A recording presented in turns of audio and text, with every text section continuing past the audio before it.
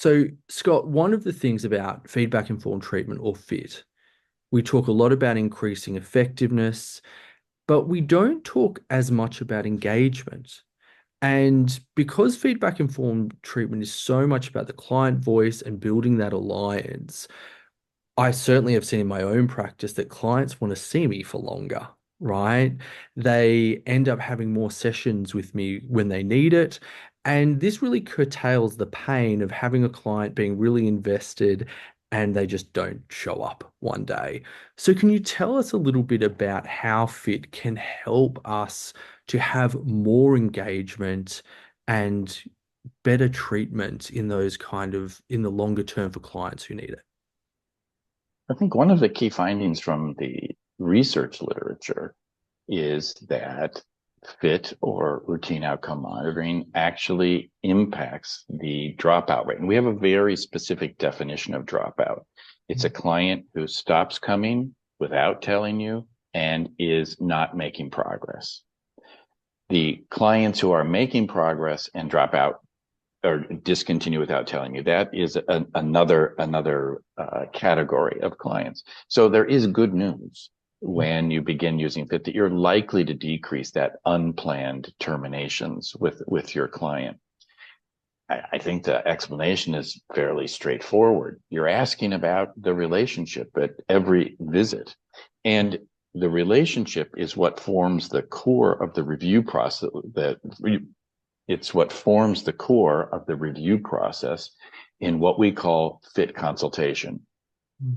When you are working with your clients, chances are, if you meet international norms, about 35% of your clients at any given time in your practice, all the way through to the end, will not be making progress.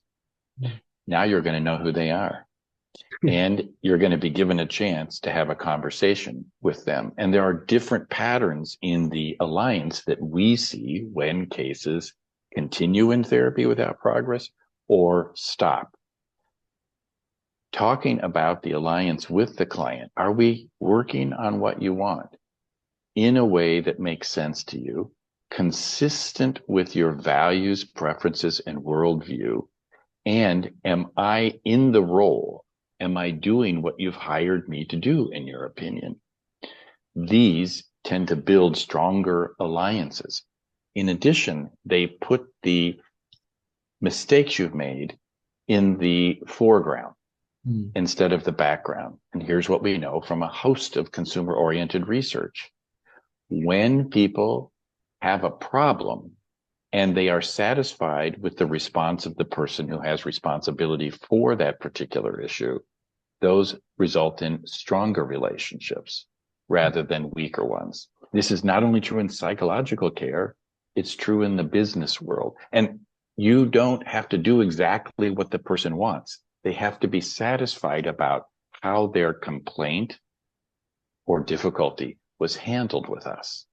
So it's not about simply taking their order, like at a restaurant. Would you like fries with your psychotherapy? And how would you like those fries? Would you like some Parmesan cheese spread on top? It's not about that, because you may not have Parmesan cheese to sprinkle on their fries. Mm. But you can talk about that in a way that makes the fries you do have more intriguing and interesting. Love it. Love that metaphor as well, Scott. Thank you so much.